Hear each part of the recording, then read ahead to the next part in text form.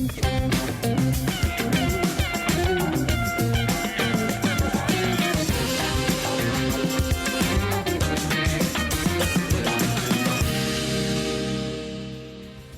and good evening, I'm Melissa Idris. And I'm Sharad Kutan. Welcome to Consider This, the show where we want you to consider and then reconsider the news of the day. Let's begin the show today with news that Joe Low, or Low, take Joe, his full name, is facing new charges by the Malaysian Anti-Corruption Commission. This over his alleged role in the 1MDB scandal. Also charged are Petro-Saudi International Directors Tariq Obaid and Patrick Mahoney. The trio were charged in absentia yesterday for a $69 million 1MDB money laundering case. Now, this is the second arrest warrant that has been issued for Joe Low. In fact, I believe right now the latest is that the MACC has alerted Interpol of the arrest warrants for Joe Low, Tariq Obaid and Patrick Mahoney. Yeah, I think, on the Interpol issue, it'd be interesting to see whether Malaysia gets something like a red alert, which allows actually Malaysia to tap into a network of policing systems that might actually bring Joe Low back. And then people might be asking, why hasn't this happened earlier, I think? Well, actually, Joe Low is already on the Interpol red notice by Singapore. He was put there by Singapore back in October of 2016. This was after investigations had found 1MDB-related funds flowing involving Singapore-based banks. So he is on Interpol's red notice, however, put there by Singapore. And if you remember, not too long ago, Joe Low gave an interview to the Singapore Straits Times, Sharad, in which he hinted that he had been offered asylum by a country in Europe August of last year. So I'm wondering whether now, with this Interpol being involved again, whether this will limit his international movements, whether he will now no longer have a mobility to cross borders freely. Well, of course, that interview in which he made mention of going to Europe was much criticized. It was seen as an attempt to allow Joe Low to put his side of the story yet again without much challenge, and also perhaps signal to mislead those who are looking for him by saying he might be going in that direction or might be in a place that he's not in fact at. So the Straits Times Singapore actually did not win many applause for that particular interview. Yes. In fact, it was seen as much as a kind of it was kind of discredited, I think, in the eyes of many who've been watching this case. Right. Well, a bit of an anti-corruption theme happening on the show tonight, because we also had news that former Human Resource Development Fund CEO CM Vigneswaran has been cleared from MACC's investigations, right, from any wrongdoing. Yeah, and that's fascinating, Melissa. Again, we often kind of expect those people who are charged to be found guilty and then convicted, but of course in a free and fair system of adjudication, the prospect of actually being found innocent must be there, right? So in this case, this was not a trial situation, but he has been cleared. The question is, of the initial allegations that led to his resignation of a 300 million fiddle, what happens to that? I mean, right. Was it not true that 300 million had disappeared or had been abused? Was someone else involved, perhaps? Absolutely, somebody else involved. And perhaps the issue now, would it be fair to ask the MACC to clarify exactly what is going on at this point in time? Are they investigating others, or have they found that the initial allegations were not in fact true, and how does that rebound on the Minister of Human Resources? I think one of the many people who had made these allegations. Now, and I think also, Melissa, very interesting about people who are found innocent of charges or who are being investigated and found they were not in fact involved. How do they move on? And to what extent do, being sort of convicted in the court of public opinion affect their lives after that? Definitely questions to consider tonight. Moving on to other news, we have Sabah Chief Minister Shafee Afdal saying that he will once again raise to Putrajaya the issue of distribution of parliamentary seats for Sabah and Sarawak. Now, he said the need for Sabah and Sarawak to get more than a third of the parliamentary seats had been raised before in the MA63 talks. Now, this is interesting because it comes just days after Sarawak Chief Minister Abang Johari Openg had called for Sabah and Sarawak to be given more than a third of the total seats in Parliament. Right. And because what practical need is there for more than a third? They're not asking for 2/3 of the seats. So if you think of the Federation as comprising 3 equal partners, 3 territories, Malaya, Sabah and Sarawak, should they in fact get a third each? That's not actually what they're asking for. What they seem to be asking for is the ability to thwart any attempt to change the nature of the Federation, right? So you would have to get the buy-in of parties from Sabah and Sarawak in order to move legislation that might not be in the interest of those 2 territories. Right. So that, I think, is the import. The downside of this is that, of course, because Sabah and Sarawak are not as populated as the peninsula of Malaya is, that would mean a real imbalance in terms of the value of the vote. Okay. And I think it's also quite interesting because this is something that the Electoral Reform Committee will have to take into consideration as it puts forth its report in changes to the electoral system of Malaysia. I also noticed that there was, I guess, the issue of immigration popping up in Sarawak. So Chief Minister once again revealing that there had been attempts by certain parties to abolish Sarawak's autonomy over immigration to make it easier for non-Sarawakians to come over into the state without filling up an immigration form. So once again... To which he said, yes, if you don't want to fill up the form, don't come. Now, this might strike some of us on the peninsula as being arrogant or being tone deaf to the desires of many people. But it's in the Malaysian agreement, isn't it? Well, this is the point, right? So to what extent do we on this side of the Federation quite understand this history and appreciate and respect the parameters that have been set up in the establishment of the Federation? And I think, Melissa, it really goes back to what you see increasingly happen, which is that Sabah and Sarawak seem to be pulling away from the peninsula, not physically, obviously, but in terms of their values. Don't you think a bit of a divergence, I'd say. Because on the question of language, the national language, they're much more practical. They're quite happy to have English reinstated in a way that will help their students, their children, take charge of their futures. They don't seem to be as zealous about questions of religion and imposing their religious values on other communities. And also, when it comes to the question of race, they seem to have a very different dynamic there. Race relations in the peninsula being at an all-time low. Okay, very quickly, I also want to mention some good news. Water, Land and Natural Resources Minister Dr. Xavier Jayakumar has announced that the establishment of the National Biodiversity Centre, as well as a review of laws relating to the protection of wildlife. So apparently this Biodiversity Centre had always been talked about, but it was never established. Now the ministry has the budget to build the centre, and it will be located at Paya Indah Wetlands in Banting. Good news for biodiversity preservation. Yeah, absolutely. A great centre because, perhaps the use of concrete in more buildings, not such a great thing, concrete being quite, leaving a carbon footprint of a immense sort. But I think more important is we recognize Malaysia. And last year we had a big conference here in Kuala Lumpur. Malaysia, one of the most biodiverse nations of the world. I think we're the top 12 or 14 or something of that order. The problem is precisely because we haven't killed off all our species, that many of these species are actually on the brink of extinction. So there's a precarious nature to this wonderful heritage that we have, for all kinds of reasons, managed to preserve. And the question is, how are we going to move forward with that? Can we actually save it all? Well, I'm very encouraged to see that there will be a review of the laws to protect our wildlife, hoping Perkhidmatan gets a bit more resources, gets some enforcement power to protect our environment. There was a wonderful video going around from Perkhidmatan, wasn't there? It was Absolutely, I loved it. Elephant, I guess, swimming along a river with the Perkhidmatan agent officials kind of escorting him to the bank. Yeah, and I think, if you are on Twitter, you must follow Perkhidmatan because it does have some wonderful videos that really will make you feel the need to save our wildlife. It's not just an intellectual thing, it's an emotional and I think deeply felt thing that you need to see why these animals need to be protected. Agreed completely. All right, we're going to take a quick break, and after this, we're going to take a closer look at how we can better support our anti-corruption officials. Stay tuned to consider this.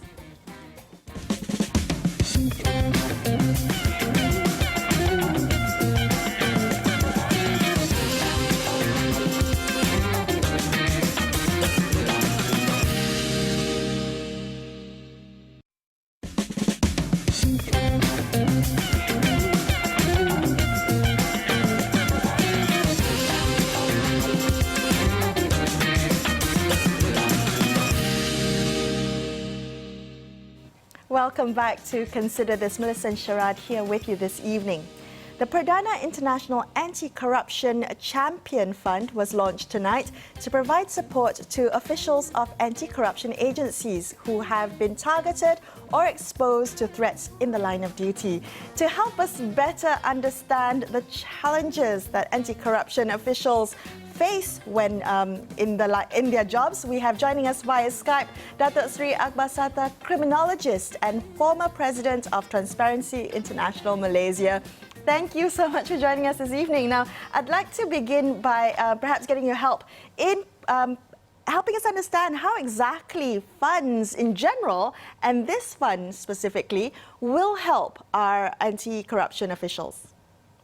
I think first thing, this is a good move, right? And number two, of course, you have to know that, corruption normally, talking about corruption, normally those who are involved in corruption have power, and of course they are influential, they have money, and they are dangerous. Therefore, some of the complainants and whistleblowers have been killed, some have been splashed with acid and so on. And of course, a few of them lost their job. According to one study, 69% of the whistleblower lost their job. I think the fund is very important for them.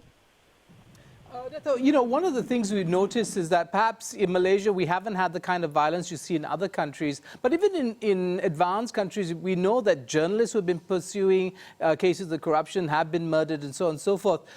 Does this fund, is this basically in a global fund? And how much will it have to have in order to serve all the very different contexts, some very violent, some less violent? Yeah, of course. I think they started with small fund, but later, of course, we are hoping, or the MACC is hoping, or the government is hoping that other countries will contribute. Then I think we can expand.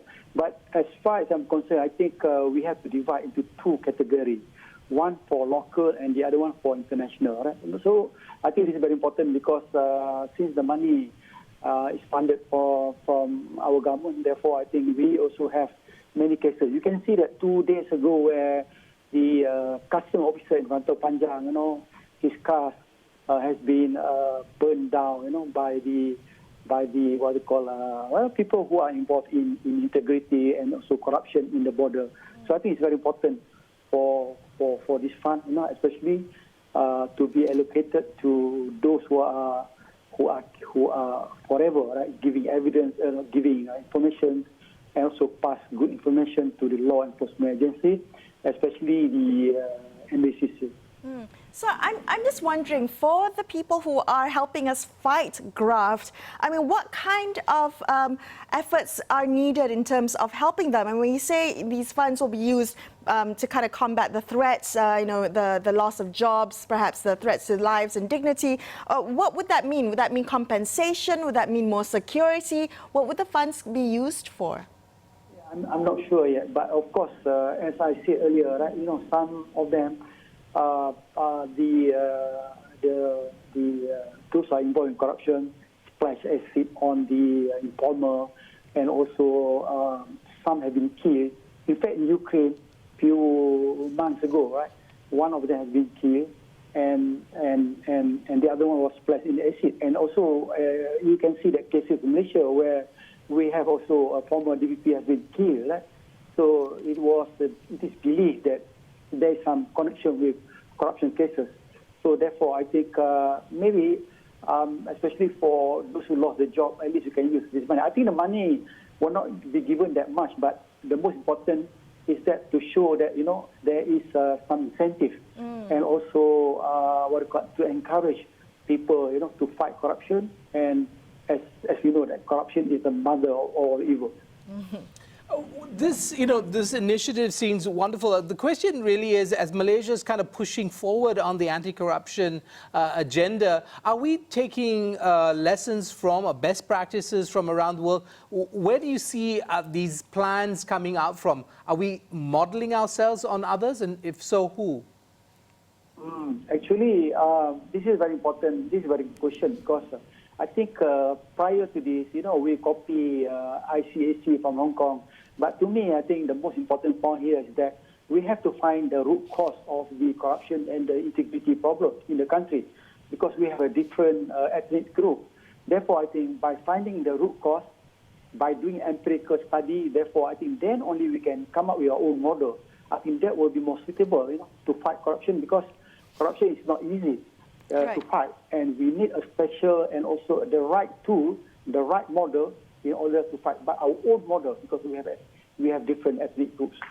Well, you've had considerable experience in this line. I mean, you are a criminologist, also former Transparency International Malaysia president. In your experience in fighting corruption, what is the root cause of corruption here in Malaysia specifically? We don't know because we don't have any empirical study. It may be because of our upbringing, number one. Number two, maybe because of the school system, or maybe because of social or economic problem. We don't know. So this is very important for scholars and also professors. Instead of concentrating more on politicking, politics paper on politics, research on politics, because you can be famous very fast. It is better for them to conduct a study, empirical study on the causes of the problem of integrity. Actually, in Malaysia, we are facing integrity crisis. So therefore, in order to fight corruption, we have to solve the integrity problem in the country. I'm sure you're watching the many trials that we have on at the moment involving some very prominent members of the former government, their spouses and such. Are you learning something every day from watching these trials about how exactly these corrupt practices were so flagrant in their exhibition in the previous government? Do you think feudal attitudes, too much deference to authority, were these elements, do you think, in the Malaysian corruption ecosystem? Yeah, I think, frankly speaking, previous government, corruption was very rampant. In fact, the worst part, they provide funds for the law enforcement agencies, like AWANI, right? They obtained roughly 250 million of their budget. And also, that time we have Pemandu, they spend billion, and also NKRA. But still, corruption was rampant, and in fact, the former Prime Minister was arrested and also the spouse. So this is very important because the most important in order to prevent corruption, I think, number one, we must have a sincere political will. Sincere, strong political will. Meaning to say that, some politicians, it's not necessarily in Malaysia, right?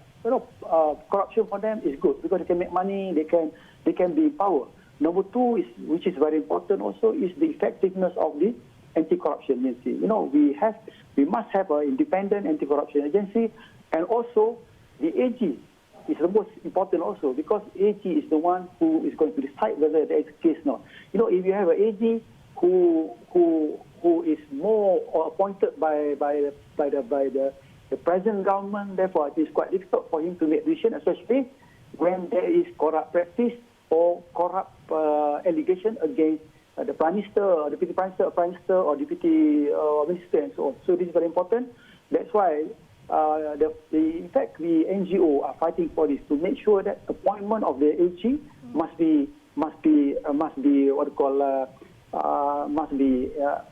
meaning to say that you have to look into the matter. We don't want that the AG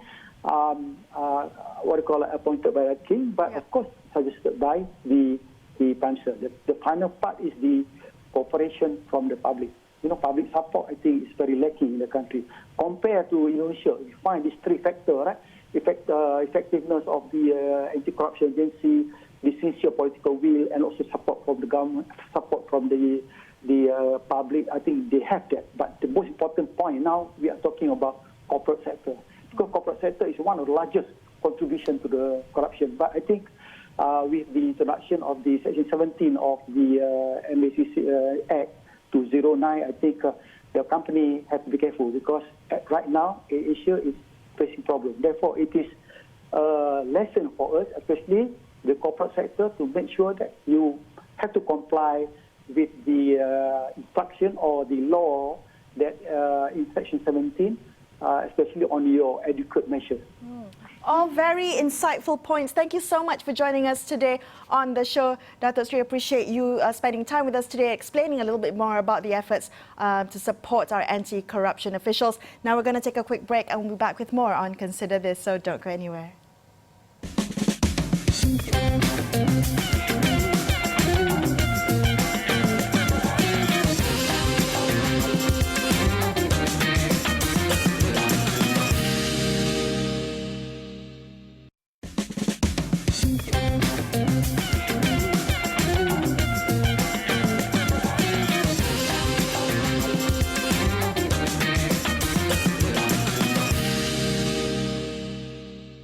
Welcome back to Consider This. Melissa and Sharad here with you tonight. Here's what we want you to consider this evening.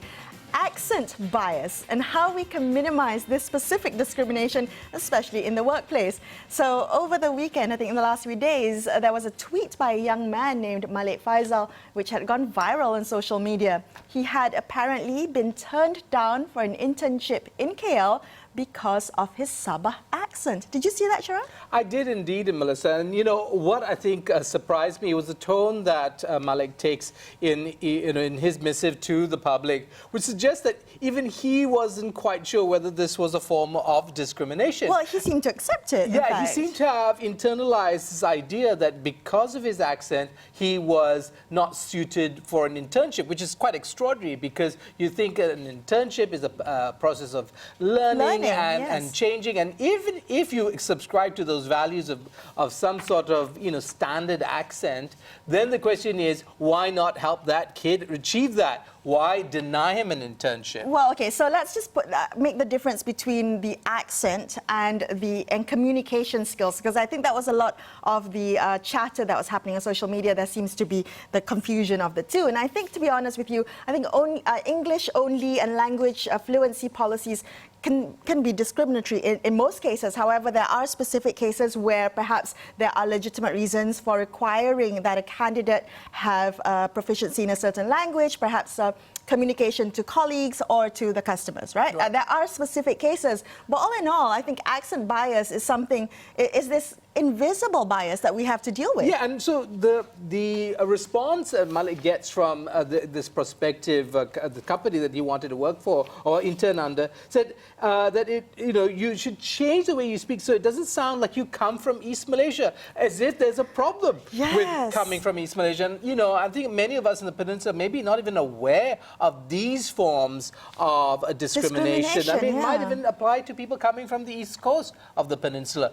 How many people have been discriminated against because they have an accent that signals they're not from Kuala Lumpur, they're not apparently of the right class of people? Or they're not, educated overseas with a foreign accent. I really wonder whether this is an invisible bias that we all have. And sometimes in the workplace, it becomes very damaging because unless you are trained, especially those who sit on recruitment panels, to acknowledge that you have a bias and to fight against this bias. Yeah, so the question is, for the companies, to what extent do they want to embrace diversity and have actually quite a range of sounds and accents in their own, workplaces? The other, of course, is for the young people who are facing this, or young or otherwise, how do you respond? Right. If there's no legislation that supports you in identifying this as a form of discrimination, what should you do? Well, maybe I would begin with asking, perhaps asking if the response from the recruitment officer had been that you could, perhaps you could polish your communication skills, especially your pronunciation, so it would not be obvious that you come for East Malaysia. I would ask specifically, why is that the reason that I did not get the internship? Absolutely right. So put it back to the employer Yes, for that them this to is somehow explain. not the most sound reason for denying you an internship. For sure. All right, that's all the time we have on this episode of Consider This. I'm Melissa Idris, with me, Sharad Kuttan, signing off for tonight. Thank you for watching and good evening.